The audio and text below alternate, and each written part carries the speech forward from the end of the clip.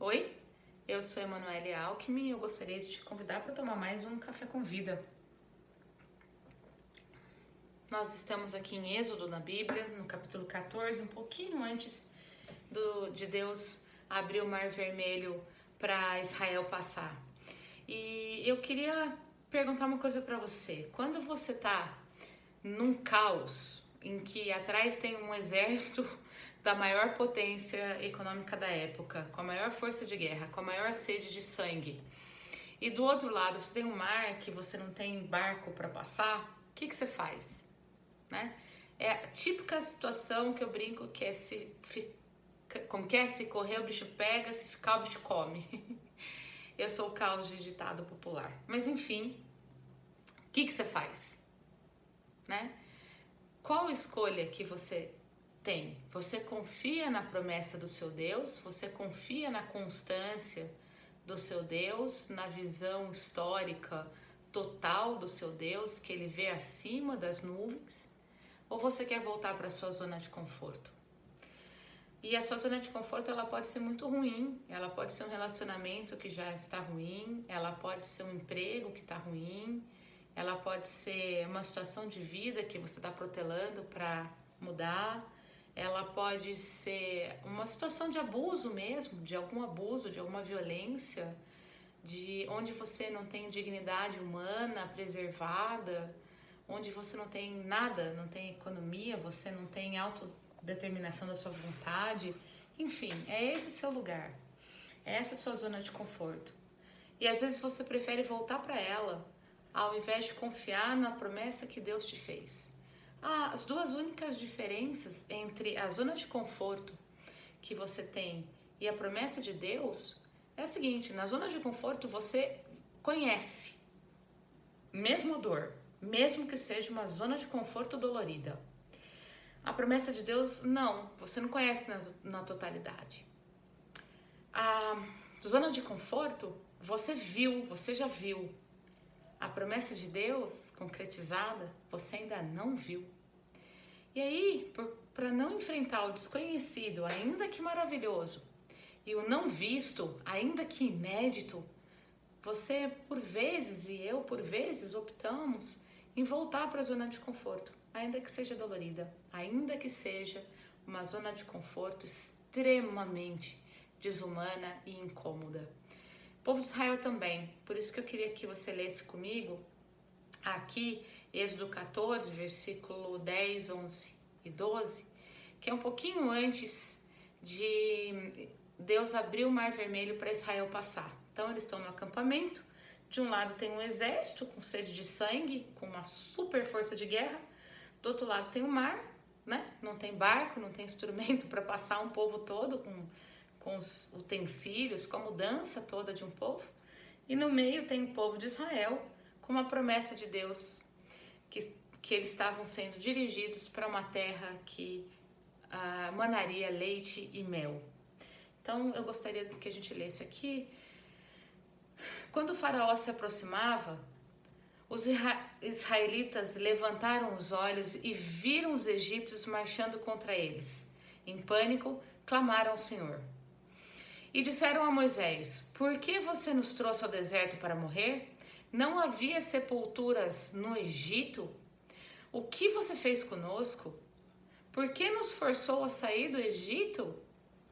Quando ainda estávamos no Egito, não avisamos que isso aconteceria? Dissemos: deixe-nos em paz, continuaremos a servir os egípcios, afinal, é melhor ser escravo no Egito que ser um cadáver no deserto.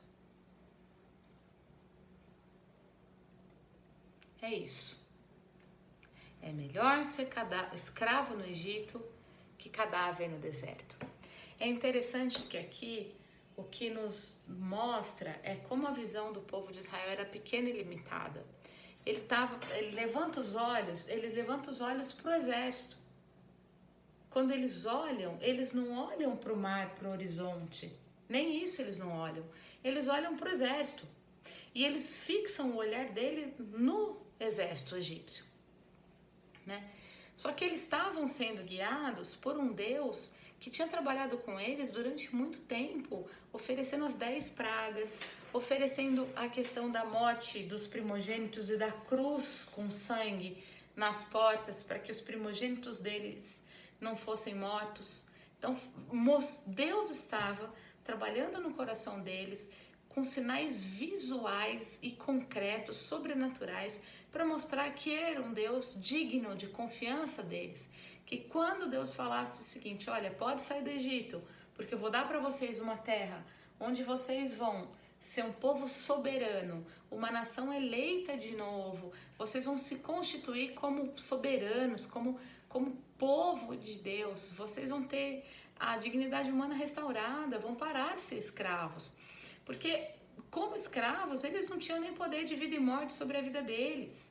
Eles tiveram seus filhos mortos no rio para diminuir o povo, eles eram espancados, eles eram expostos a trabalhos forçados, eles eram coisas, eles eram mercadorias, o povo de Israel. E quando eles têm a chance de se tornarem um povo e que Deus toma o cuidado de, durante as 10 pragas do Egito, trabalhar o olhar dele, trabalhar os olhos do povo de Israel, mostrando assim, olha, eu sou um Deus de confiança, olha esses sinais que eu fiz aqui.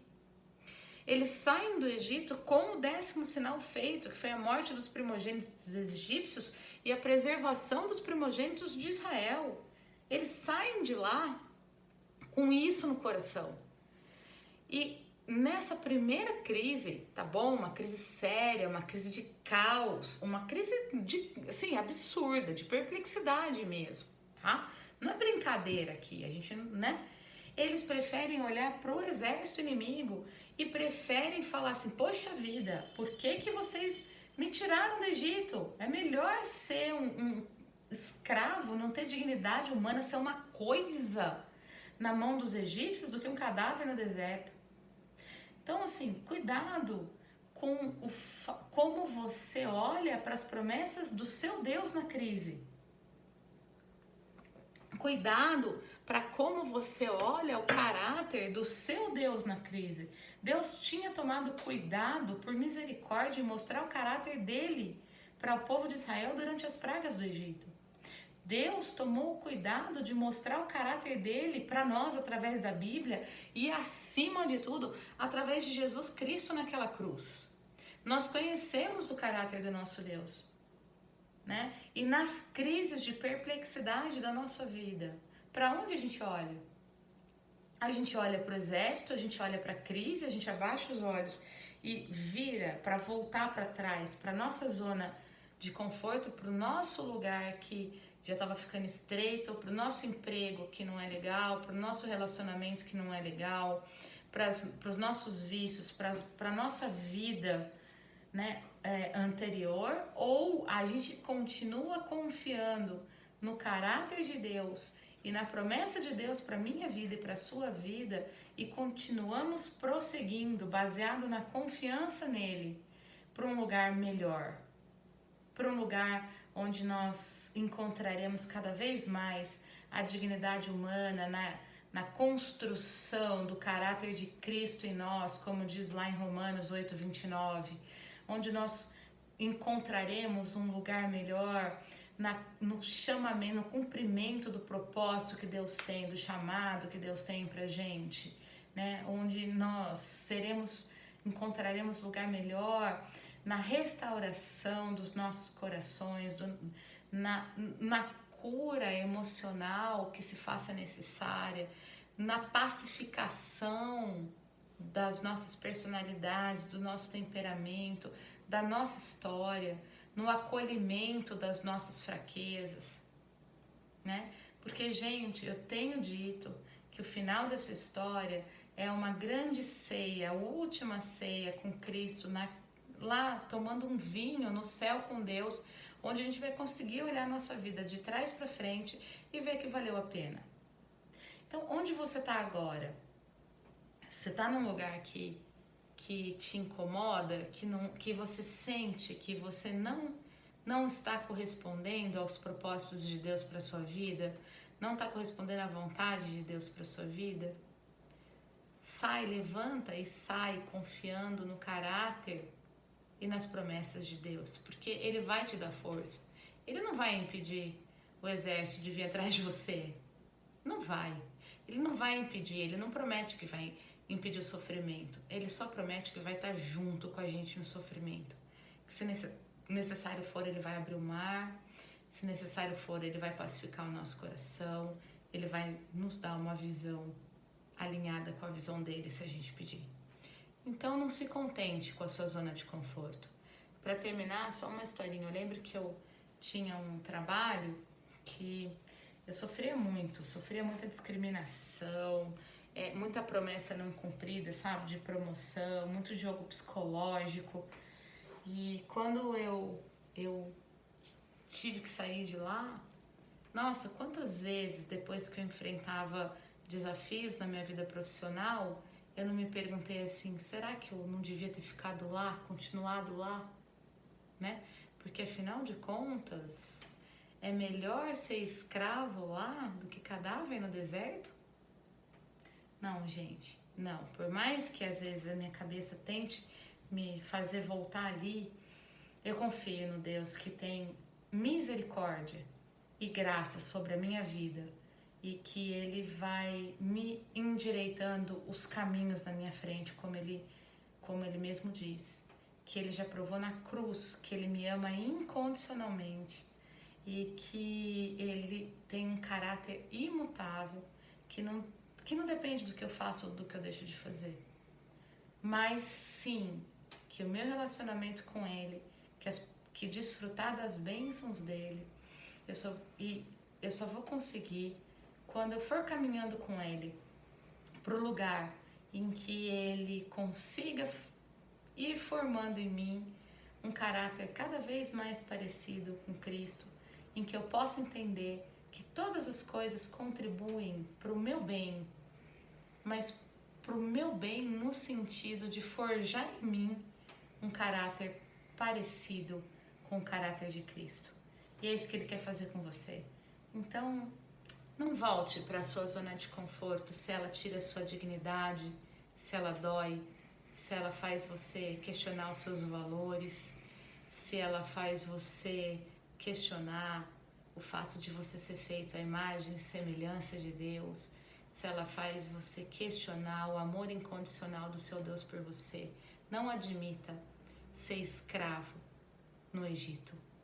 Queira sim ir para o deserto, enfrentar o exército, atravessar o mar, chegar na terra que mana leite e mel, porque o seu Deus estará com você, estará à sua frente, e no caráter dele você pode confiar, porque no domingo de Páscoa ele ressuscitou para dizer pra gente que tudo que você passar, ele já passou e ele já venceu. E Ele está aqui com você e Ele quer te tornar cada vez mais parecido com o Filho dele. Para que você, com a sua vida, tenha vida em abundância e possa honrar e glorificar o nome desse Deus. Amém? Eu espero de verdade que esse vídeo possa ter contribuído para que Deus fale um pouquinho mais com você e te responda algumas questões e te incentive a sair da sua zona de conforto e a prosseguir para um lugar que Deus tem preparado para você, para que você possa ser efetivo instrumento dele. Amém? Até o próximo.